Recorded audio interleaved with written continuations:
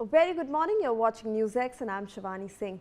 In yet another admission that Pakistan fuels cross-border terrorism, Pakistani leader Chaudhry Anwarul Haq has said that terror groups struck India from the Red Fort to the forests of Kashmir. Haq made these controversial remarks in the POK assembly following his own ouster as the premier.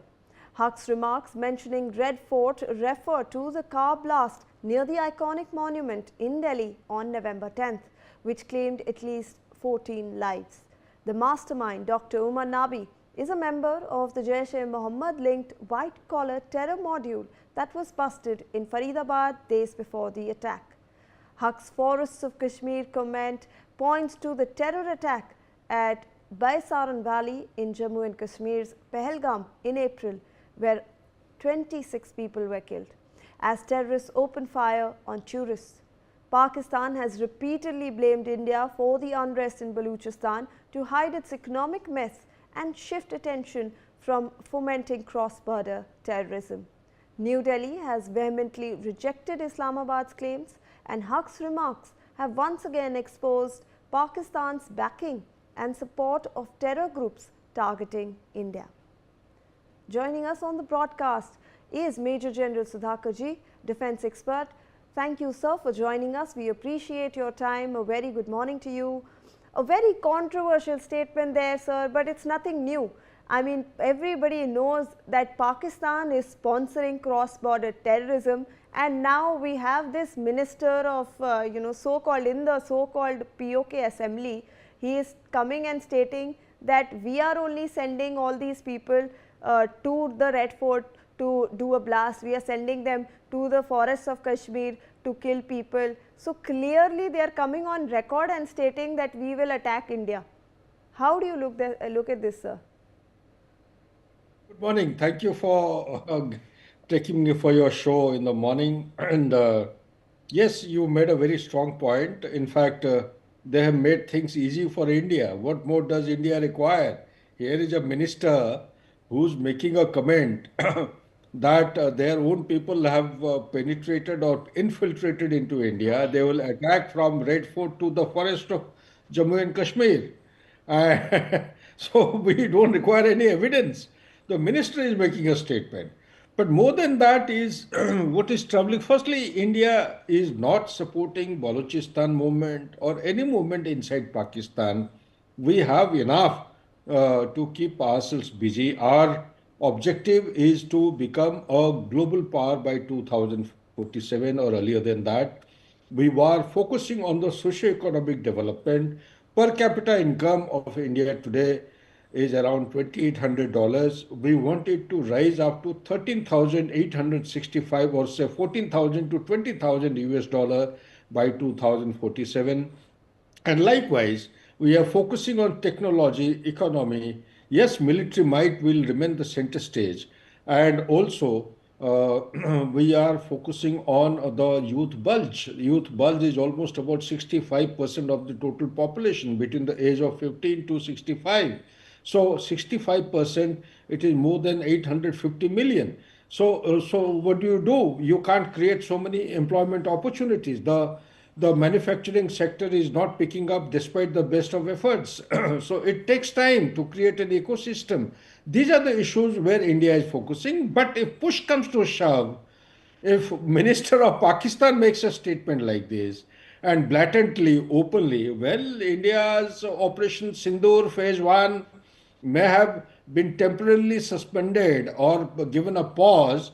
The Operation Sindoor per se is still open-ended. It is not actually terminated. It will continue. If there is anything like Pahalgam taking place, then be assured that Pakistan, our Chief of the Army Staff has given a statement, Pakistan will cease to exist on the map of the planet.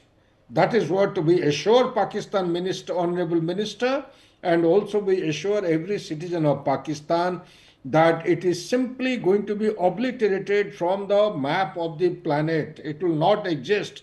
Balochistan or no Balochistan, Khyber Pakhtunkhwa or Sindh or the province of the Sindh or the Pakistan occupied Jammu Kashmir, Gilgit and Baltistan, as also let's not forget that Shaksgam Valley belongs to India, which was ceded to China way back in 1963. That also has to come back to us. So Aksai Chin is a different story, but this is the part and parcel of India, inseparable part. It has to come back. Our bigger aim is to take this Pakistan occupied Jammu Kashmir back from Pakistan sooner than later, because there is a parliament resolution of 1994 which is actually pending, yet to be fulfilled. And besides that, we also have our friend the Taliban in Afghanistan. They want only India to come in and support them in multiple projects. We have invested $3 billion or more, and it is all people centric kind of project. We do not want to promote anybody, push anybody against anyone.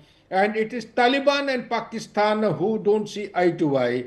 And therefore, they continue to say that from west to east, they have two front war they have to wage against two different adversaries. And they always allege that apart from Balochistan, we are also sponsoring and supporting Taliban. No, these are all mutual differences they have to resolve between the two.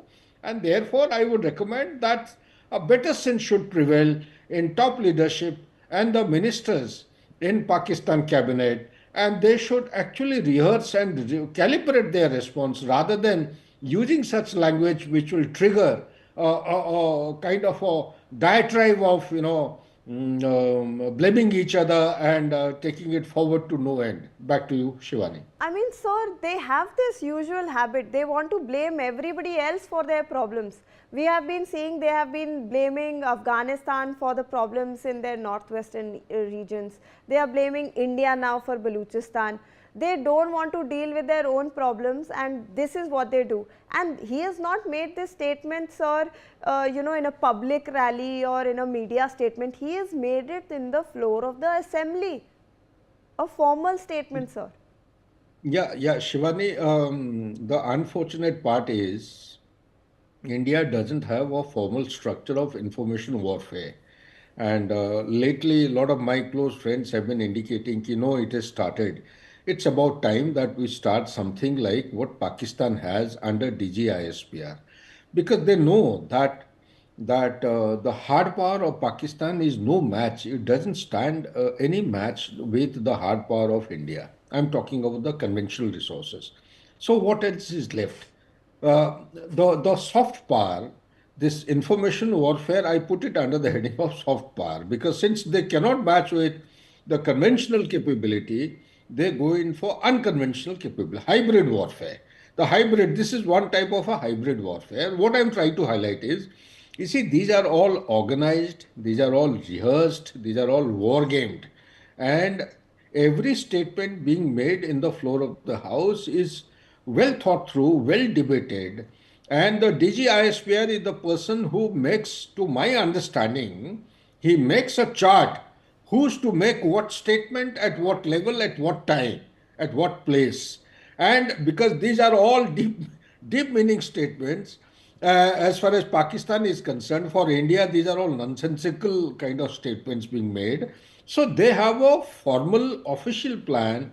They have a small industry in DGISPR where the undergraduates and the graduates, because Pakistan doesn't have any enough of employment opportunities, they are employed at a very, I would say, subsidized kind of a salary package, and they are made to write narratives. And one of the narrative is to keep India under pressure, because it is not Pakistan who's doing it. We have to understand it is not Pakistan. Now, earlier, Pakistan and China, they were actually jointly operating, and China was trying to validate all its weapon platforms with concepts. They have a optical fiber which has been laid by December 2021 between Chengdu. Chengdu is the capital. It is the Western Theater Command headquarters of PLA, People's Liberation Army. From Chengdu, they have laid an optical fiber cable right up to Rawalpindi. What does it mean? Optical fiber will always give you communication, flow of information will be uninterrupted. The data will keep keep passing. the digital connectivity will be that much better. Plus, Pakistan, inside Pakistan, they have Baidu Tower. Baidu Tower actually gives them connectivity with the satellite, Chinese satellite. So they are under the domain control of China completely. So whatever happens, these are not provocations, these are happening by design.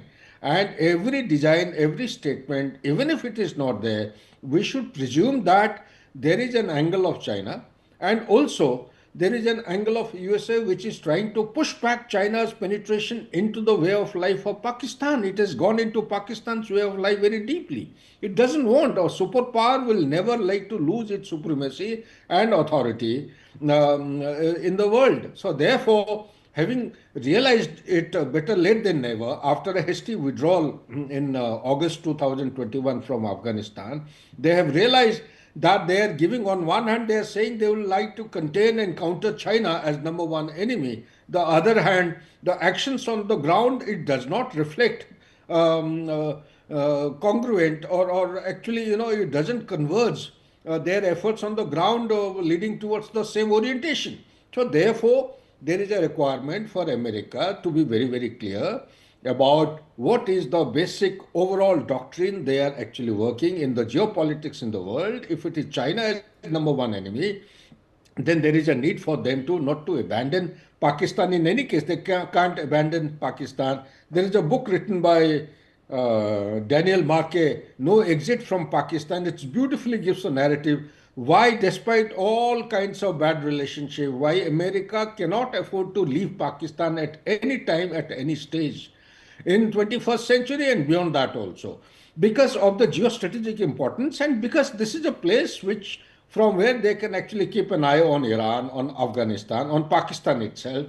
Plus, they have China and Russia to be to contain, and more than that, they don't expect India to rise as rapidly as we are rising, despite all kinds of impediments and the resistance being artificially created and put on us, whether it is trade or military might or any other thing. Our strategic autonomy is not being liked not only by USA, it is also not liked by China. The only evergreen friend I feel we have is Russia. We need to keep that in the back of our mind and let them continue making these statements. We should not get rattled or unsettled. We must understand the deeper meaning, the deeper conspiracy of forces inimical in the world, and we must strategize our response. At times, is not correct. Actually, most of the time, silence will always be a better and productive strategy to counter such kind of nuanced kind of a behavioral matrix. But we should be mindful that what is happening around us and in Pakistan particularly. Back to you, Shivani. All right. Thank you so much, sir, for joining us on this broadcast.